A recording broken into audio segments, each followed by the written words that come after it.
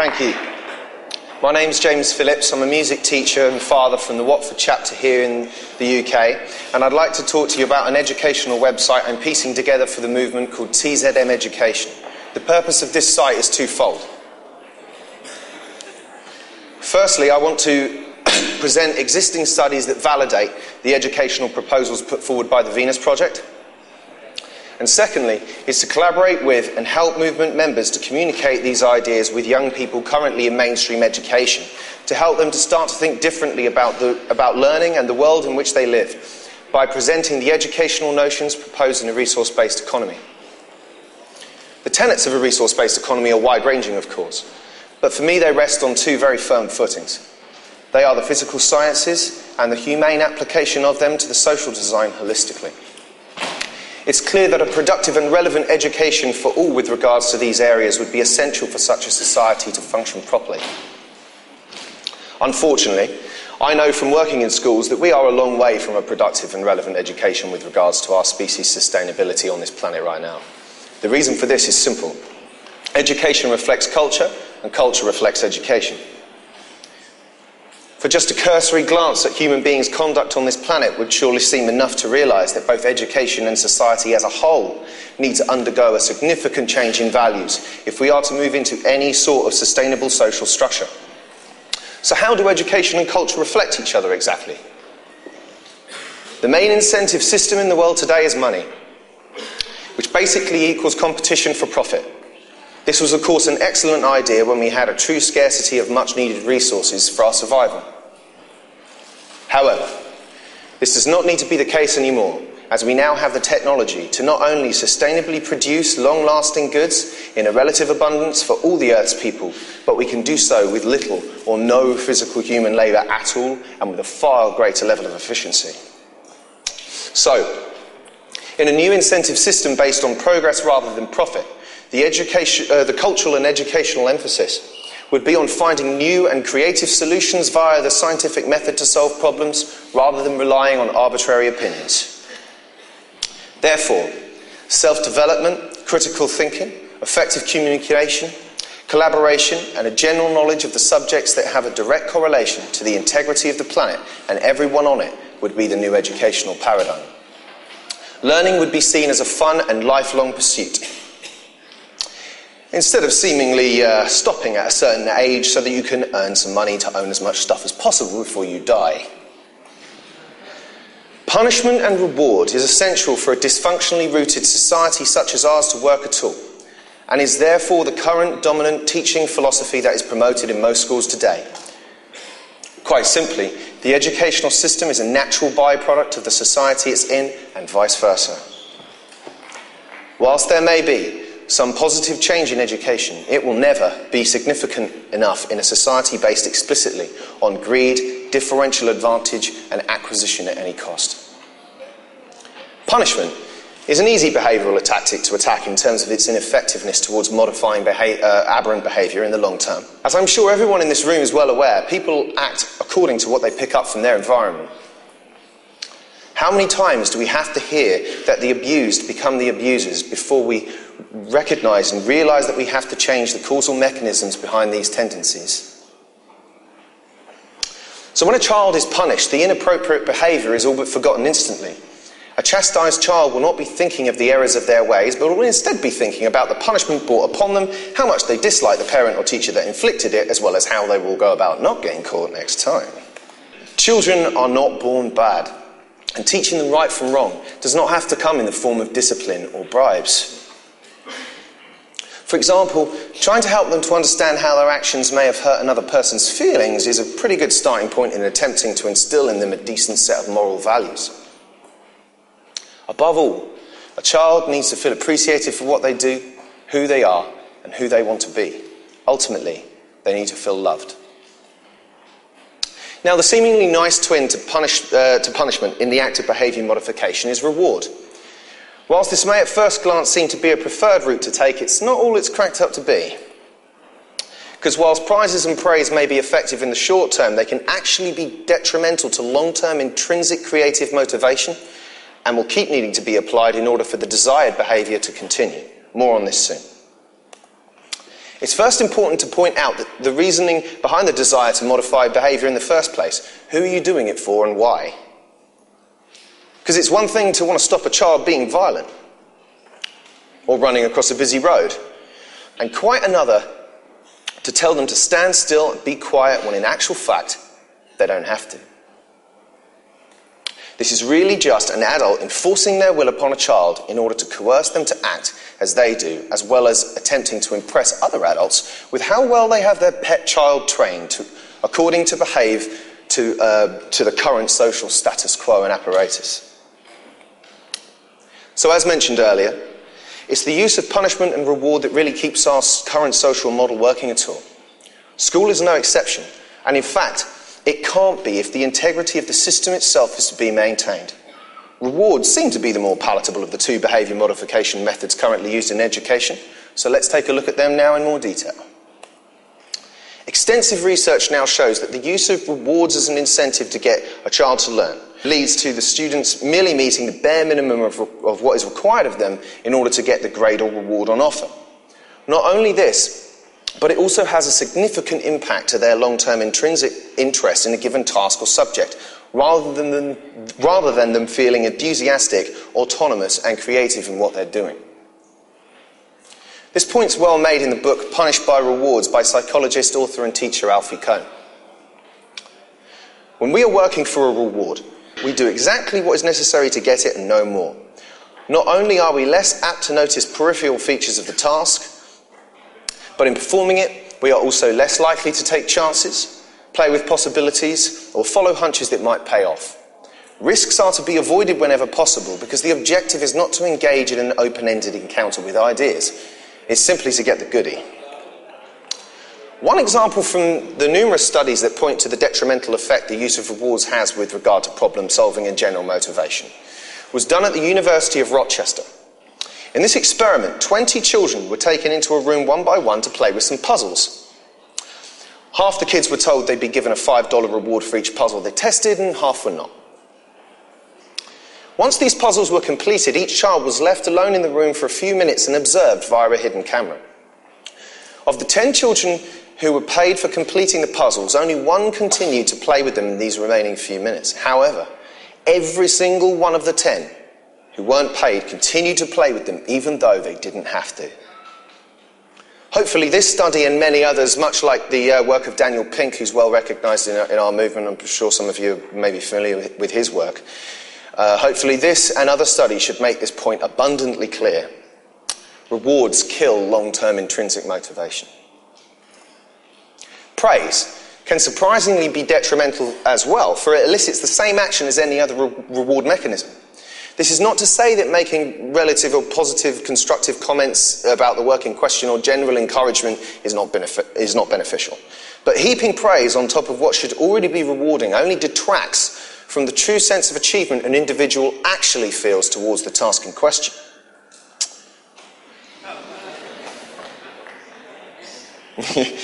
The student then also starts to become dependent on praise from an authoritarian figure in order to feel motivated to apply themselves to future tasks. Indeed, why is praise needed other than to encourage students to complete the tasks we set for them and that we deem worthy of praise? This further cements our position of dominance rather than allowing the child to pursue their genuine areas of interest with our help. So learning is currently the process to get rewards rather than the other way around. And then we wonder why kids are so disillusioned with learning in school. Please understand that a monetary-based society demands a constant influx of wage slaves, and that school is designed to be the perfect cookie-cutting plant for just that. In the words of George Carlin, they, the rich elite, don't want a well-educated public capable of critical thinking. They want people just smart enough to run the machines and do the paperwork, and just dumb enough to passively accept increasingly shittier jobs.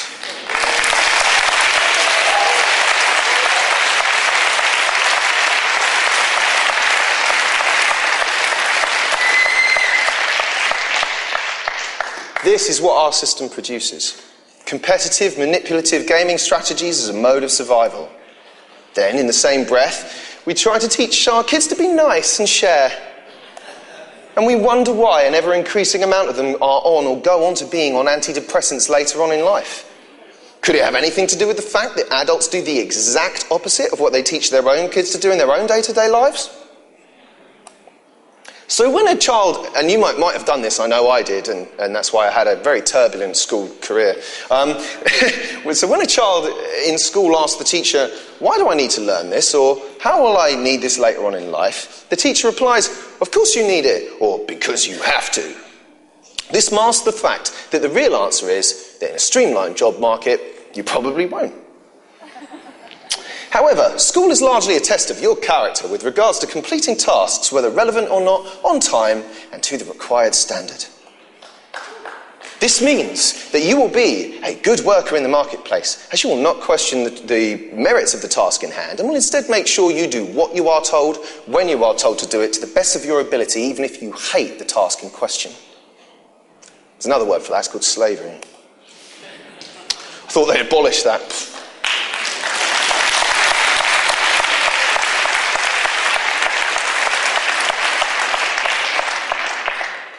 Remarkably, there are certain rule-free schools actually in existence today.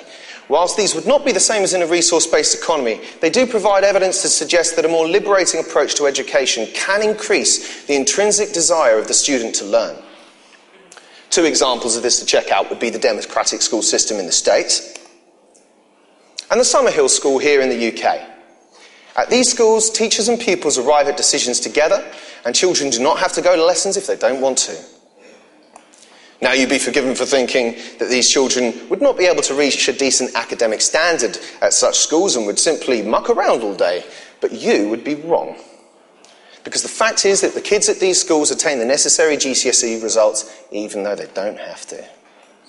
More importantly, in all the independent reports done on these schools, the kids are found to be absorbed in learning, happier, creative, have a strong moral sense of right and wrong, a good community spirit, a fantastic ability to communicate constructively in general conversation. This shouldn't be a surprise. Kids are born with an inquisitive nature to learn about the world around them. They don't need to be forced. It isn't their fault that the lesson's so drab, uninspiring and utterly boring that they've switched off. Maybe it could be that the child was not given a choice in how they would like to learn the topic in question. Or perhaps it's because the teacher is really thinking of the money he or she will be paid at the end of the month and hitting academic targets rather than making the content of what is actually being taught relevant and interesting.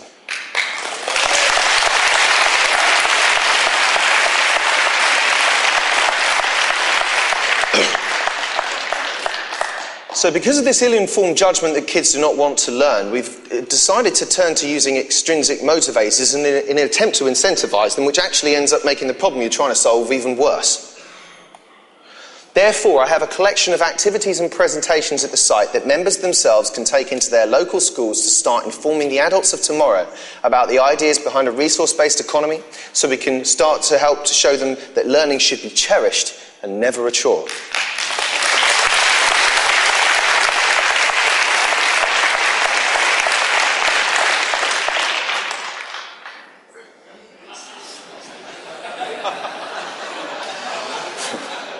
Forgive me, but I couldn't resist. This personifies the adult world rather well, I feel.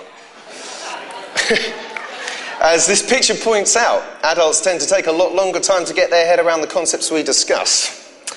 For the most part, they've been surviving by doing the exact opposite for so long that the thought of questioning their current social status quo and apparatus seems completely asinine to them, regardless of its merits. Kids, on the other hand, have not been fully indoctrinated into this system as yet and are therefore still able to grasp the incredibly simple notions proposed by the Venus Project.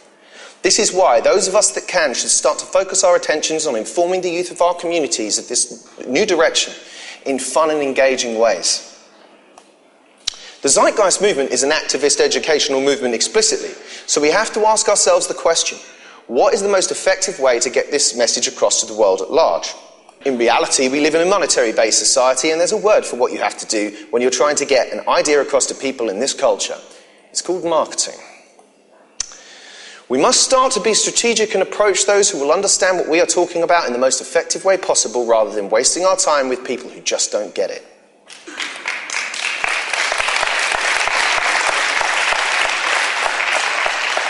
I'm not knocking any form of communication per se, although I would say even in myself that I spend too long on the middle one. Or suggesting that we shouldn't answer our critics, far from it. I merely want everyone here to question the approach they're using to see if they feel it's getting the message across effectively into the right demographic. The simple fact is that the youth of today are more in tune with the notions of protecting the environment due to climate change and environmental issues now being propagated in the mainstream media and in schools. In my experience, they're ready to hear what we are saying with a far more open mind than the older generations are. Also, on a more pragmatic note, they'll be around for a lot longer to be able to push for this direction than any adult will be. That may seem harsh and cold, but it's true. We all have old schools, for example. Why not give them a call to see if you can do a presentation there? In the UK, we have the perfect opportunity to do this with what's called citizenship lessons or general studies. I'd never done a presentation of this kind before, but I'm a big believer in jumping in the deep end and learning to swim. So, I ended up talking to a captive audience of 180 kids and teachers at a secondary school I teach at about the Zeitgeist movement and the Venus Project.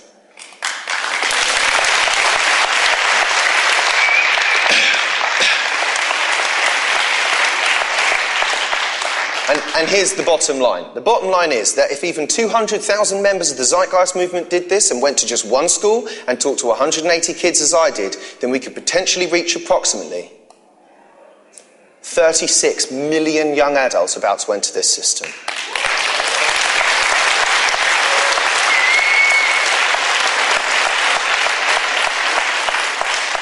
If we are an activist educational movement, then activities like this are imperative.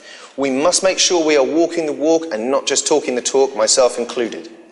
That is why I've been into several schools to do everything from playing collaborative games with 7-year-olds to giving full presentations on the Venus Project to 17-year-olds. One example I'd like to share with you is a game I played for the 5 to 10 age range where you take 3 hoops and put them in a row at equal distances of a few meters apart.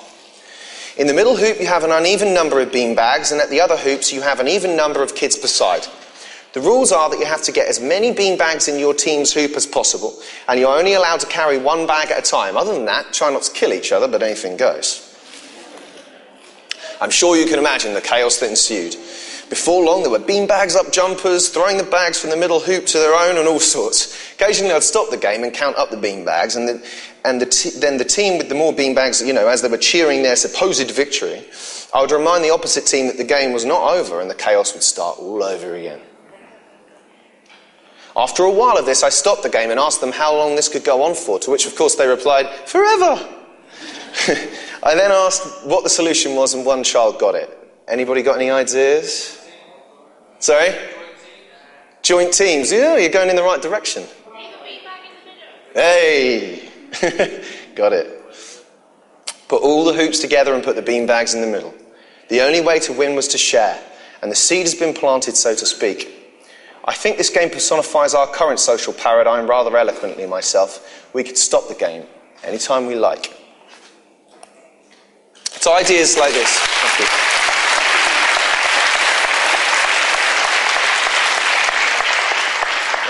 As Bill Hicks said, it's just a choice, people, between fear and love. Right, it's ideas like this that came from members' contributions. I now need a team of people to help me correlate all the necessary studies for the site and to contribute any ideas that you consider useful with regards to helping to get this message across to the younger generations. The project is still in the developmental stages, so please do let me know if you want to be involved and can help me by emailing the website at www.tzmeducation.org. Obviously don't email the website, go to the contact section. Right? But yeah, the children of today deserve a better tomorrow than the one currently on offer. The time to start making that tomorrow a reality is today. Many thanks.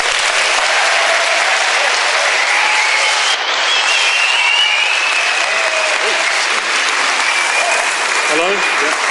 A magnificent Jim Phillips.